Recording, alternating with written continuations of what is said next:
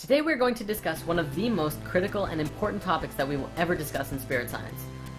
Among all of the things we have discussed, this is one that needs to be taken seriously and is the most important part of the evolution of consciousness that we are experiencing today. Today we shall discuss the power of the heart.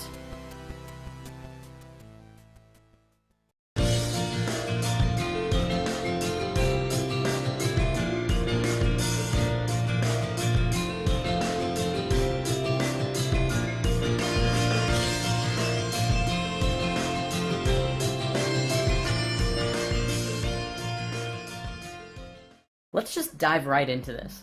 What does the heart have to do with anything? Well, it's pretty much everything.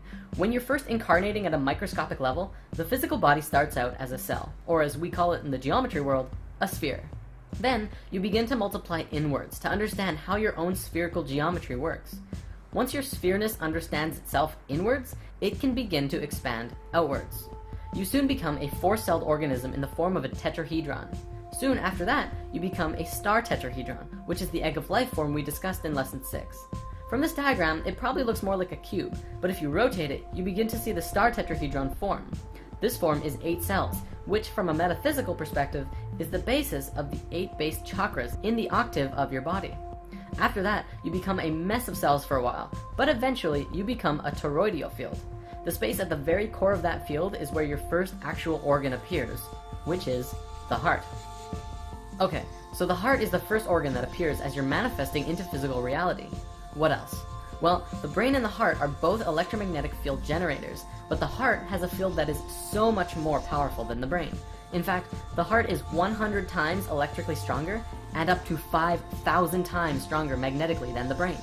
This is important because those two fields are the fields that make up the reality we exist within: electrical and magnetic, electromagnetic fields. We're going to look at the work now of the Institute of HeartMath, which is an organization with over 19 years of research and study on the psychophysiology of stress, emotions, and the interactions between the heart and the brain.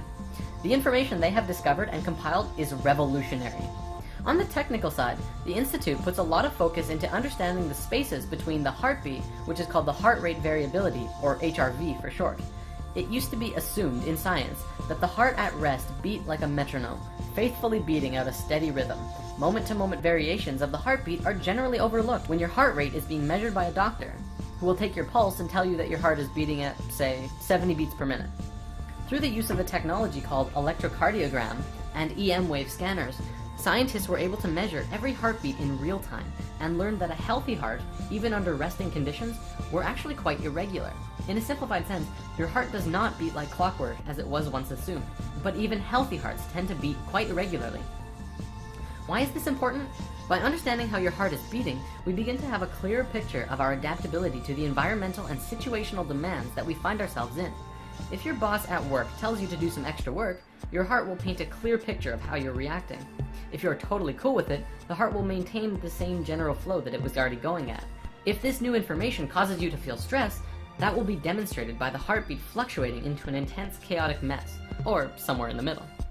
Now, these fluctuations in how your heart beats come from a variety of sources and demonstrate our physiological resilience and behavioral flexibility to our experiences. Research done at the Institute of HeartMath has shown that one of the most powerful factors in affecting our heart's changing rhythm is our feelings and emotions. When our varying heart rate is plotted over time, the overall shape of the waveform is called our heart rhythm pattern. HeartMath has demonstrated that the emotions we experience directly affect our heart rhythm pattern, and this in turn shows us how our body is functioning. In general, emotions like stress, anger, frustration, and anxiety cause the heart rhythm pattern to become very chaotic, like so. This waveform looks like a series of uneven, jagged peaks. Physiologically, this shows us that the heart is not in harmony with itself. This can be likened to driving a car with one foot on the accelerator and the other foot on the brake at the same time, possibly while trying to go from first gear to fourth and then back. This creates an incredibly jerky ride, burns more gasoline, and isn't great for the car altogether. Likewise, when your heart is functioning from a place of stress and anxiety, it causes our bodies to operate insufficiently, deplete our energies, and produce extra wear and tear on the whole system. This is especially true if stress and negative emotions are prolonged or experienced often. What about positive emotions? Well, there is a massive visible contrast. Positive emotions send a very different signal throughout our body. When we experience uplifting emotions like love, appreciation, joy, and care, our heart rhythm pattern becomes a highly ordered, smooth, and harmonious wave. We begin to match the waveforms that are seen in the color spectrum, or perhaps we could liken it to music. This is one aspect of what it means to be more harmonious with nature, and since nature flows through sacred geometry, we are also becoming more aligned consciously with ourselves and the universe around us. It is no wonder that positive emotions feel so good. They actually help our body system become more harmonious and synchronize and work better. The Institute of Heart Math has shown that generating sustained positive emotions facilitates a body-wide shift to a specific, scientifically measurable state called psychophysiological coherence.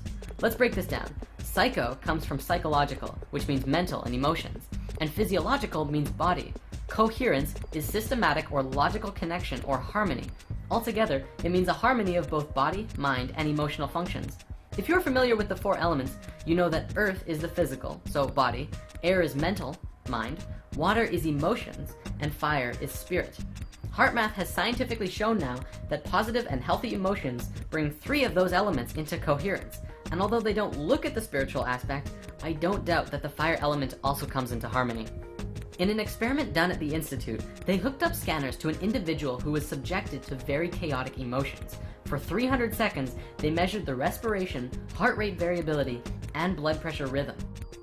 After this time, the individual on the scanners did a technique on himself which they have dubbed the HeartMath Quick Coherence Technique, which activated a feeling of love and appreciation. Instantly, all 3 of the rhythms came into entrainment and harmony with each other, and stayed in harmony for the remainder of the experiment. One important note to stress is that cohesion is not relaxation. The process of relaxation is a low energy state in which the individual rests both body and mind, typically disengaging from cognitive and emotional processes. In contrast, coherence is experienced as a calm and balanced, yet energized and responsive state of being that is optimal for mental acuity, focus, problem solving, and decision making, as well as the physical activity and coordination. So coherence is the natural state you want to be in all the time. Unless you're relaxing. That's good too. So how does one get into this state of cohesion? Breathing. Your breath is intimately connected to your heart rate and your heart in general. And if you ever find yourself in a very chaotic mental state, take a few seconds to step back of what's causing the chaos and focus on your breath. Take long and deep breaths. The Institute of Heart Math doesn't put too much focus into particular breathing techniques, but they put an emphasis on using your breath as well as positive and loving emotions to bring you back into a state of cohesion. They say that it's not super necessary to put focus on your breath all the time, but it is very helpful to bring yourself out of chaos and back into alignment. From a spiritual perspective, and if you're working towards that, breath is very important. However, breath is another huge topic, and I personally recommend focusing on your breath during meditations. Focusing on breathing and your heart is a beautiful way to move into a silent space during meditation and deeper into yourself, all while sustaining the same healthy emotions. Now, throughout ancient history, across many religions and belief systems, the heart was always considered a center of the being, the source of spiritual wisdom and insight, thought, emotion, and connection to the divine. The ancient Egyptians believed that all thought and life was done from the heart, which is why they threw away the brain after the pharaoh died, but they left the heart in the body. They felt that the being would need it in the next life, so they left it there, but the brain was useless. Western scientific thought places the heart as just a pump. However, in the last several decades, science has begun to go full circle in realizing and understanding what these ancient civilizations knew and taught. In the field of neurocardiology, scientists have discovered that the heart possesses its own intrinsic nervous system, a network of brain cells with over 40,000 neurons.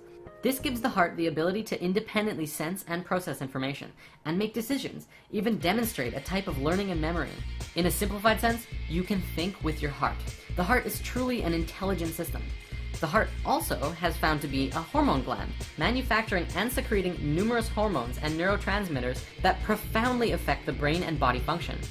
Among these hormones is one called oxytocin, well known as the love or bonding hormone, bringing things together.